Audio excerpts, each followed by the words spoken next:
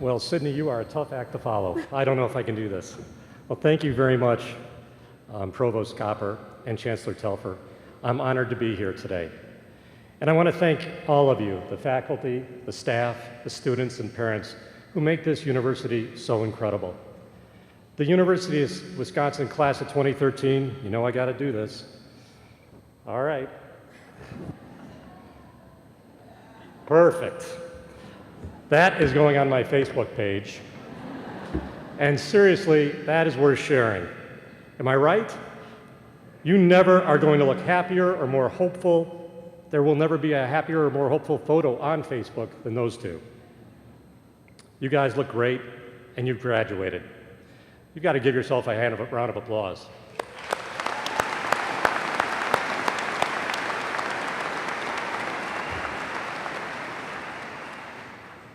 You do really look great. But what do you say to someone who just finished 4 years of college? Congratulations? I know the program says that's what I'm going to say, but I don't think so. Congratulations are for those who have won something, a prize. Congratulations, you've won the Publishers Clearinghouse, or congratulations, you're the millionth shopper. But you didn't win this. You worked for it. You've earned it. I think the best thing to say to you in the class of 2013 is best wishes. You certainly deserve our best wishes for how hard you've worked for achieving your goal of graduation. I wish you success and achievement in your next goals in your life too. But I also want to wish you good luck as you enter the workforce, because, boy, you're going to need it. Today, America has one of the highest unemployment rates for young adults among first world nations, 16.2% in April. On the surface, things are still looking pretty good for you. The unemployment rate for college graduates in April was just 3.9%, compared to 7.5% as the national average. That's not bad, but underneath there's some perilous facts. According to CNN Money, more than 40% of those graduating college in the last 2 years are in jobs that do not require their degree. Employers are hiring college-educated workers for jobs far beneath their college-level skills. Positions like receptionists, file clerks, waiters, rental agents, and so on. Last year, 284,000 college graduates had minimum wage jobs. Employers today view a college degree as the new high school diploma, a new minimum requirement for getting the lowest level job. The bulk of the jobs created in the last few years have been low wage and low skilled. It's not your fault. It's what we're all facing. America is in trouble. There's just not enough jobs, and it's not getting better fast enough. In fact, the greatest challenge facing our nation today is job creation. For the first time in 4 generations, many mothers and fathers here today are watching their children graduate, certain you are entering one of the most difficult times of your life. Which reminds me, parents, congratulations. You have won the grand prize, a vaguely familiar new housemate who will be in your refrigerator and on your health care until they're 26 years old. Seriously, the same percent of Americans are working today as were working 31 years ago, 63%. That's down significantly, and is the same just before I graduated college in 1982. As if our economy never changed since I was your age. And I'm sorry, I'm really sorry, and I apologize for that. Let me tell you why. We've all heard the phrase, the American way. You've used it. We all know Superman made it famous, truth, justice, and the American way. But what is it? As I was thinking about talking with you today, I wanted to know exactly what that was, especially since I knew I wanted to tell you the American way was at risk. It was at risk like never before. So I read everything I could get my hands on, and I loved this definition. The American way is the privilege of self-expression, the right of self-government, and the opportunity of free enterprise. That's the system behind my success. That system sets us apart in the world, and that system will fuel your success too. We've also heard the phrase the American dream. You've used it. We all know the realtors use it as a tagline to sell houses. But what is it? I learned through the magic of Google that the American dream is the goal we share, that if we embrace the American way, we may leave our children better off than ourselves, and they may do the same. You see, that is the American dream. Continuous improvement of your family circumstances across generations. And that's where our generation owes your generation an apology. We failed you. I know your parents can relate to that. We wanted better for you. Polls show that most parents are sure you're not better off than they were at your age. That's a fundamental breakdown of a promise of a great nation. We've left the American way in dire circumstances. And today you're throwing your caps in the air and walking straight into the mess we left you, and I'm sorry. In 1982, when I was graduating with a bachelor's degree from University of Chicago, I went right to work for Merrill Lynch. Like some of you, I worked for the company as an intern and part-timer, so I created a path to my first job at college, out of college. Like you, I had a better chance with a college degree, even though the nation was suffering 11% unemployment, the highest since the Great Depression. No matter how you count it, the unemployment rate when I graduated in 1982 was much higher than what you face today. The young adult unemployment rate was a whopping 17.3%. As I recall, I didn't think anything of it. I moved easily into the workforce. Many of you will too. But unfortunately, many of you will not. The American economy started a cycle of robust growth right about the time I graduated. Still, like you, nobody was feeling positive as I sat in my graduation robe. If you have a job waiting for you today as you graduate, I guess you are a lot like me. But I want to speak for a minute to those who do not have a job. If I can give you one piece of advice, it would be this: do not get a job. I know what you're thinking, parents. There goes the media room. But that's right. You heard me right. Do not get a job. Do more. Start a business. Create a job, or 100 jobs. With the American way gasping for air, our greatest heroes are at risk, are the risk takers who create private sector jobs, not government jobs. Today, job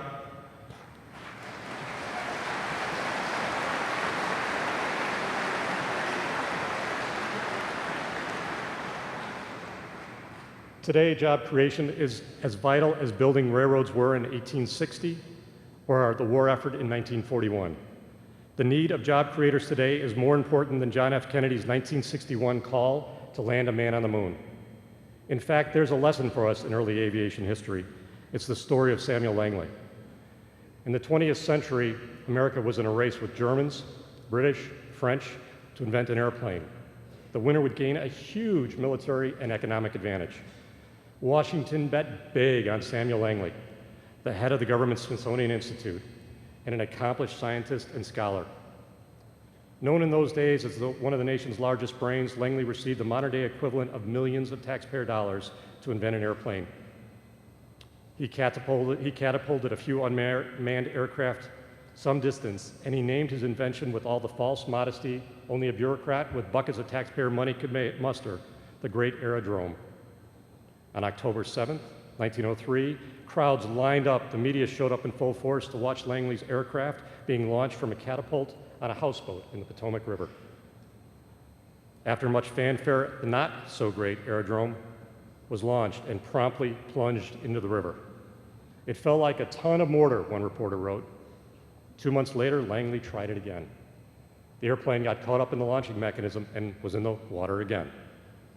Just 9 days later, after Langley's second failed experiment, 2 Ohio bike shop owners did what Langley and all the government money could not. With $2,000 of their own cash, Wilbur and Orville Wright flew. 4 miles south of Kitty Hawk, North Carolina, the Wrights' airplane flew for 59 seconds and traveled 852 feet.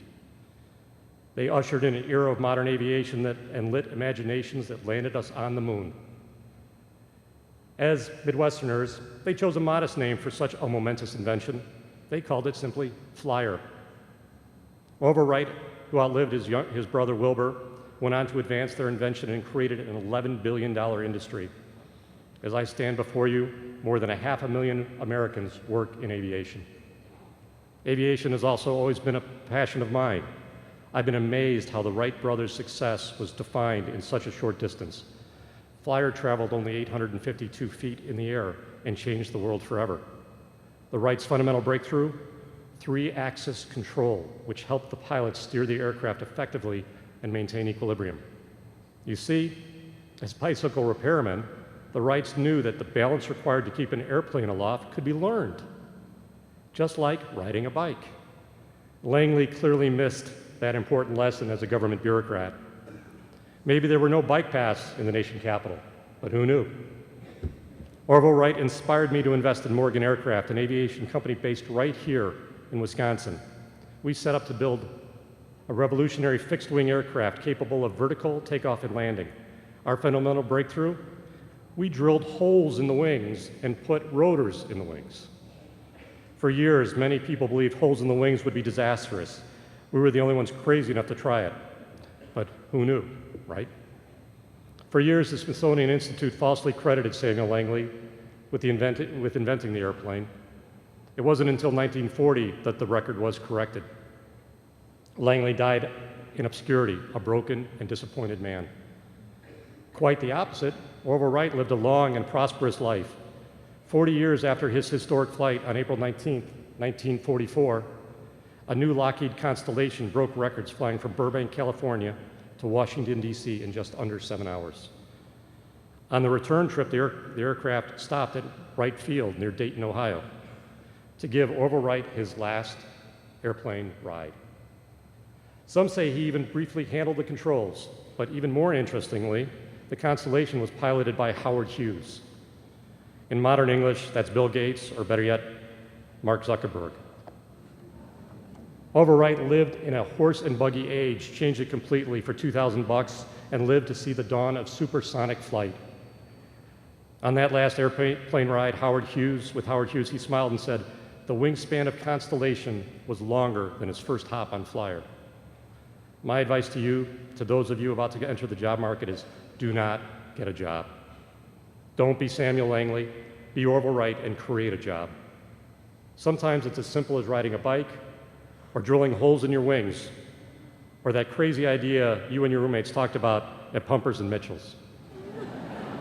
Sometimes it's the crazier, the better. What you really learned from this university isn't knowledge. It's control over how and what you think. And even if you have a job waiting for you, it's never too late to be a job creator. Tom Wilson of Ohio enlisted in the U.S. Air Force and eventually worked as a CIA analyst. In his late 20s in 1994, he and some friends were relaxing at his tiny home, complaining about a Major League Baseball strike. It had ruined the season. Now, as I understand some of you may be doing tonight, Tom and his pals were drinking a bit. Tom suggested they pool their money and buy all the Topps baseball cards deeply discounted, direct from the manufacturer. His idea, resell the collectible cards at auction after the baseball season started. Of course, his friends laughed. How in the world would they get enough people interested in buying baseball cards and create a marketplace? On the internet, Tom said. And it was 1994, so his friends asked the obvious question, the inner what? That year, Tom patented his idea, the fundamental breakthrough, uniting bidding and payments in web auctions. Today, we know that intellectual property is eBay. Tom Wilson didn't create jobs. He created a platform where thousands of Americans started their own business. In fact, eBay changed the way the world does business. It's amazing that a few friends and a bottle of single malt scotch can do, right? But who knew? As many of you know, the Blackthorne Initiative right here in Whitewater is also creating a platform for analyzing financial data and patterns. I'm excited to be involved in this partnership and proud that 11 graduates in this audience work for Blackthorne. And just in case you think it's easy, neither Orville Wright nor Tom snapped their fingers and got rich overnight. Both worked endless hours and fought in courts for years for the rights to their invention. Both endured endless trials and tribulations, but they never gave up their dream, and neither should you. As Steve Jobs said, time is limited. Don't waste it living someone else's life. Today, America's greatest threat is our economy. Far too many Americans are unemployed or underemployed, and for far too long. This must change in your 20s, or don't expect much from America in your 50s. So, what lessons can Orville, Tom, and I give you on this important day? As I said, don't get a job. Do your country a great service and dare to create a job. Surround yourself with intelligent minds who think like you do. Look around, they may be sitting right next to you. Find investors, make your ideas real. Become the hero of your own life through action. Action leads to accomplishment, and accomplishments create jobs. I'll consider my time with you successful if just one of you in this outstanding class of 2013 hears me and refuses to be Samuel Langley. Maybe it be one of the students I've worked with at the Global Business Resource Center. I know firsthand the spirit of entrepreneurship is alive and well with many of them and many of you sitting here. Whoever it is, refuse to be Samuel Langley. Instead, take that great idea you scribbled in your notebook, that idea you talked about with your lab partners, that idea that keeps you awake at night, and run with it. Take the dream and be like Orville Wright, that modern Midwestern man, a bicycle repairman who flew with Howard Hughes, who got us to the moon and beyond, who changed the world completely. Tom Wilson, who was once a federal worker, taught us it's never too late to be a job creator. If you aren't an entrepreneur, if you aren't a job creator after you leave here today, there's always tomorrow. For those of you who have a job, if it doesn't work out, your chance to be a job creator may come later. If it does, seize it. Our country needs you. Tom also taught us that not all great ideas come from New York City, Chicago, or Silicon Valley. Many come from small towns in Ohio or Edgerton, Wisconsin. Of course, we've learned another lesson from Tom today. Sometimes it's an incredible idea, even if it is just the Scotch talking. I suspect there will be a lot of incredible ideas around town tonight, right? Don't be Samuel Langley, be Orville Wright, be Tom Wilson. Be grateful for those who came before you and stand on their shoulders. Live your life with integrity, and be thankful our country is still the land of opportunity. But please be mindful that our country desperately needs you today. It's our railroad. It's our war effort. It's your generation's man on the moon. Your great challenge. Now it's up to you to save the American way. We need you to rebuild this economy of this great nation. Don't just get a job, create a job. Change the world. Thank you very much, and best wishes.